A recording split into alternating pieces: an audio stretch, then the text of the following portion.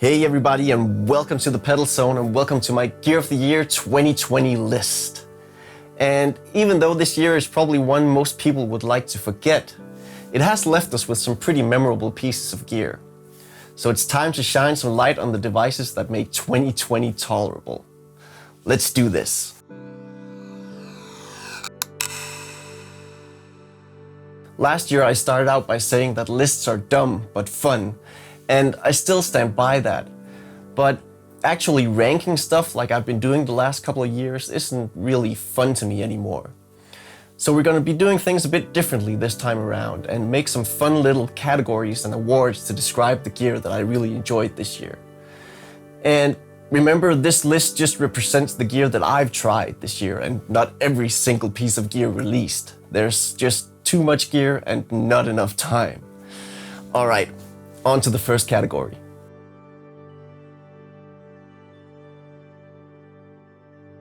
This channel is of course dedicated to pedals, but before we get to that, I just want to quickly highlight 3 new pieces of gear that I got this year that made demonstrating pedals for you all much easier and way more fun. And first we have the REVERBS D20, just a killer, clean, lightweight pedal platform that has been my foundational tone this year. And its inbuilt cab simulator has just been so helpful for when I had to record demos at home during lockdown, so I wouldn't, disturb my kid and my neighbors.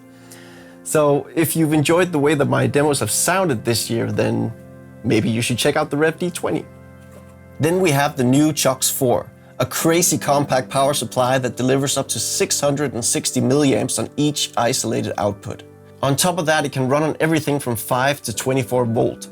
Meaning you can power it with anything from a mobile power bank, a wall wart, a CHOX DC7, or any 24-volt PSU, which has made it so easy to shoot demos no matter the space or place. And finally, we have my Vert Deluxe board by Marcus Darby, aka Marcus Deluxe. Just a super classy tabletop pedal board which has made it so easy to get all the right shots in while tweaking pedals for demos this year. Check him out. He makes really classy boards, both for the table and for the floor. All right, it's on to the pedals now.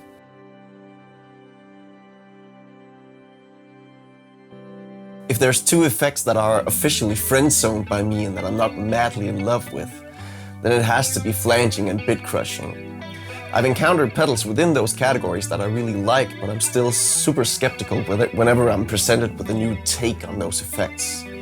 So when Solid Gold Effects announced the Oblivion Quad Flanger, a pedal that combines flanging and bit crushing, I didn't expect it to rock my boat. But rock it did. Apparently flanging and bit crushing go together like peanut butter and jelly because that pedal is full of inspiring tones. I was blown away by how fun it was on every instrument I threw at it, where it especially brought great nostalgic vibes to synths and immense dynamics to drum machines. If you're into unique modulators, then this is a must-try.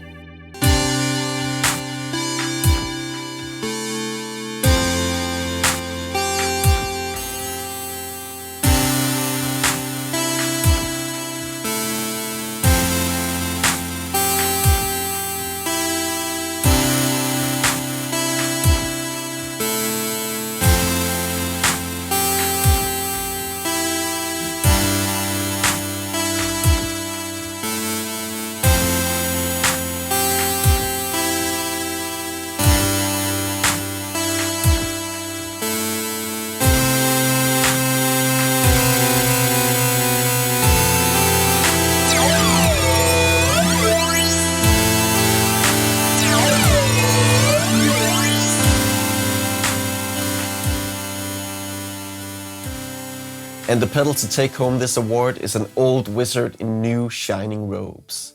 I'm of course talking about the Earthquaker devices Afterneath V3. And seriously, demonstrating this pedal was like reconnecting with an old friend. We just instantly clicked. But it was also obvious that new layers had been added to our sonic conversations, since the pedal now sports quantized and unquantized control over the drag knob via expression and CV. Especially the ability to make a melodic pitch-shifted sequence via CV blew my mind, and saw me completely lose track of time and place within the wizard's reverberating cave.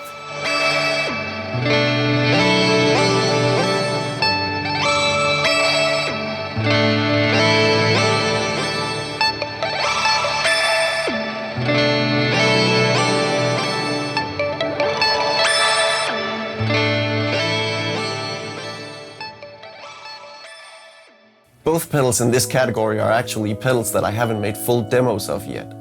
But that doesn't mean I haven't enjoyed their looping ambient soundscapes immensely this year. I'm of course talking about the Chase Bliss Audio Blooper and the Hologram Electronics Microcosm. Both devices seek to push looping and soundscaping to new inspiring heights, as they mix looping with everything from granular microshift delays, arpeggiation, filtering to lo-fi tape mangled goodness. If you're a sound designer, then these two devices are absolute must-haves.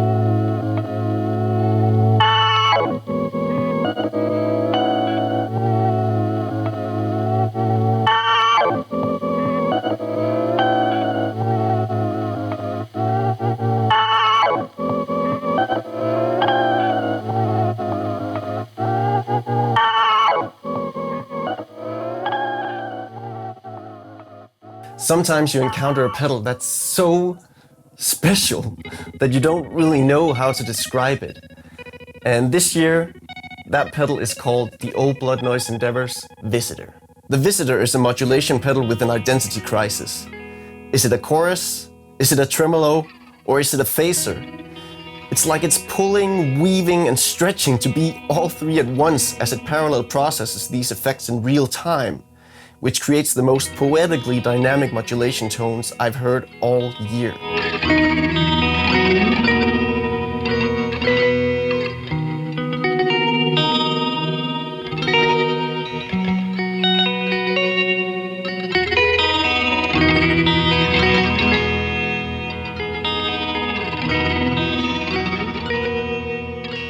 If you followed this channel for some time, you should kind of know by now that I live and breathe reverb. It's by far my favorite effect type.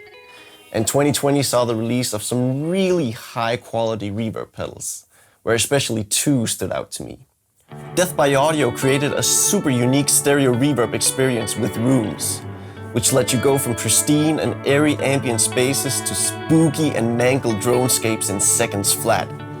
If you want a reverb experience unlike anything else, then this is the ticket.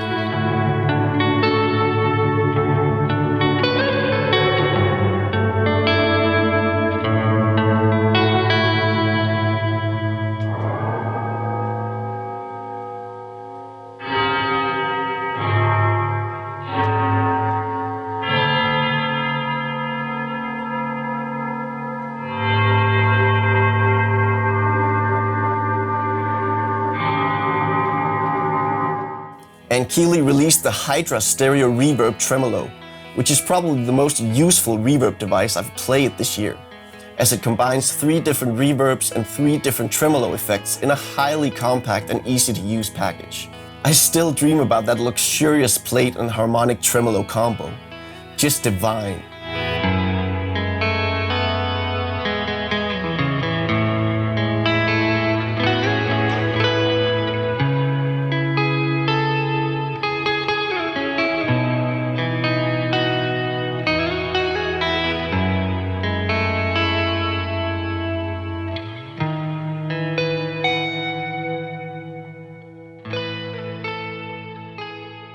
So many pedals get released constantly, and it's impossible for me to check them all out the same year as they're released.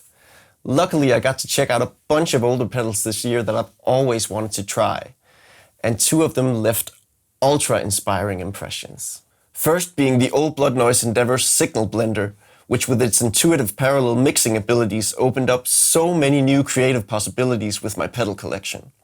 A must-have if you want to unlock the true potential of your pedal board.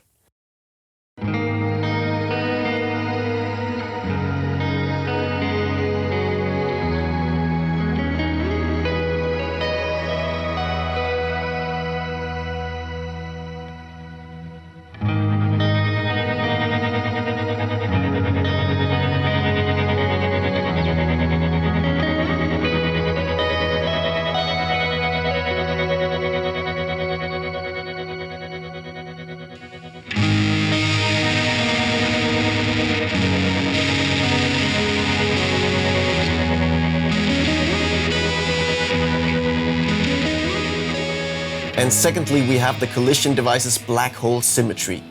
Lightning in a bottle, a tsunami of sound, call it what you want. But this pedal truly rocked my world this year with its stunning pitch-shifted reverb, warm delay and bold fuzz, which instantly puts you in a post-rock trance. A true gem of a combo pedal.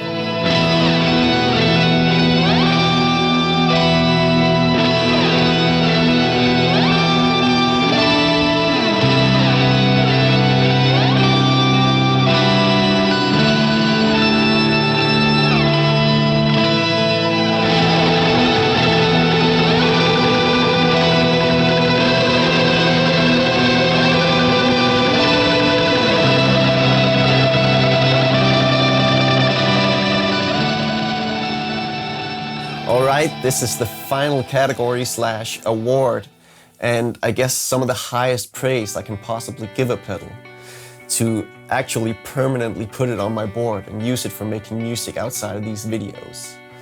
My pedal board is a constant revolving door, and a lot of pedals visit it every year, but 2 pedals from 2020 have managed to become mainstays right after their release.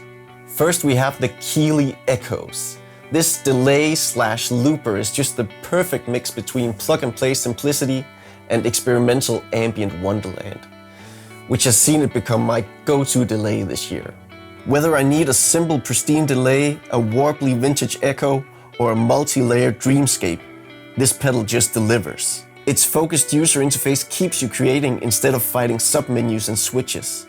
And on top of that, it just sounds otherworldly amazing in stereo. I can't recommend it enough.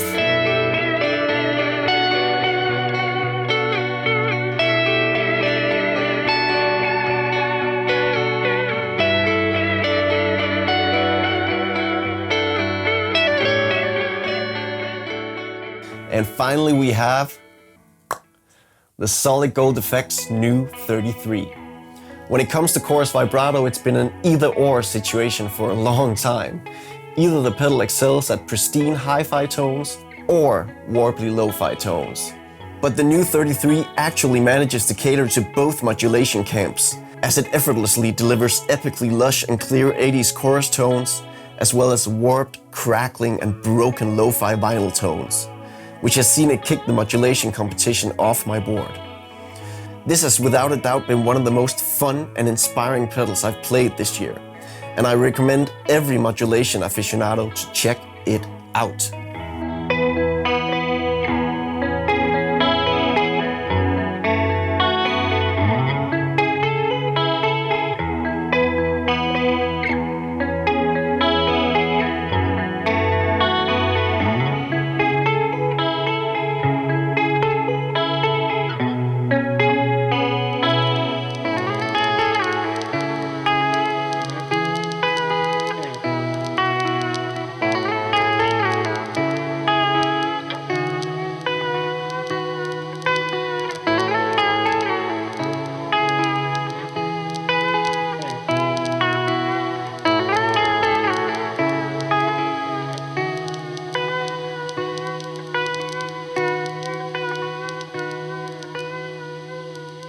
That's it, we made it to the end of another list and another year, my friends.